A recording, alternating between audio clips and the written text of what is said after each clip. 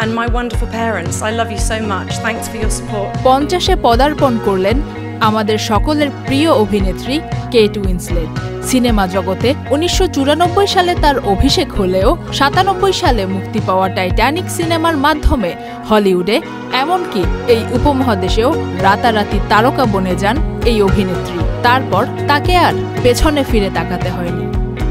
Kate Winslet জন্মগ্রহণ করেন 1975 সালের অক্টোবর মাসের 5 তারিখে। মাত্র 11 বছর বয়সেই তিনি অভিনয়ের প্রতি আগ্রহী হয়ে ওঠেন। তিনি কখনোই নিজেকে শুধুমাত্র বাণিজ্যিক সিনেমার মধ্যে সীমাবদ্ধ রাখেননি।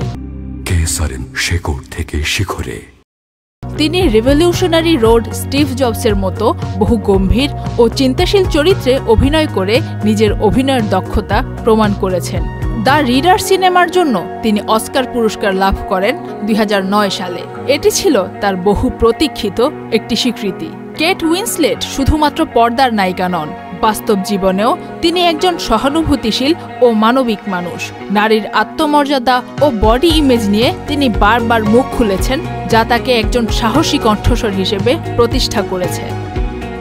যেখানে অন্যান্য তারকারা নিজের বয়স লুকাতে নানা কৌশল অবলম্বন করে থাকেন, সেখানে কেট উইন্সলেট সম্পূর্ণ বিপরীত। তিনি জানান অনেকে তার বলিরেখা নিয়ে কথা বলে, কিন্তু তিনি যে রকম ঠিক সেভাবেই নিজেকে প্রকাশ করতে পছন্দ করেন। এতে সাহসিকতার অথবা আপত্তির কিছু নেই।